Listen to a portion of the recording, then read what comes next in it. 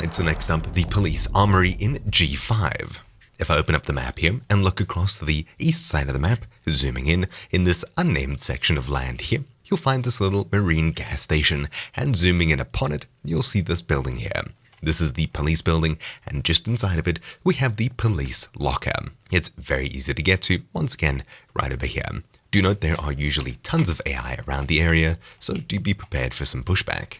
With a little bit of cover, you can clear it out pretty easily, as there's only roughly a squad here around it. Anyways, approaching the building, coming in, left and up the stairs here, on the far side over here, you'll find the Police Armory.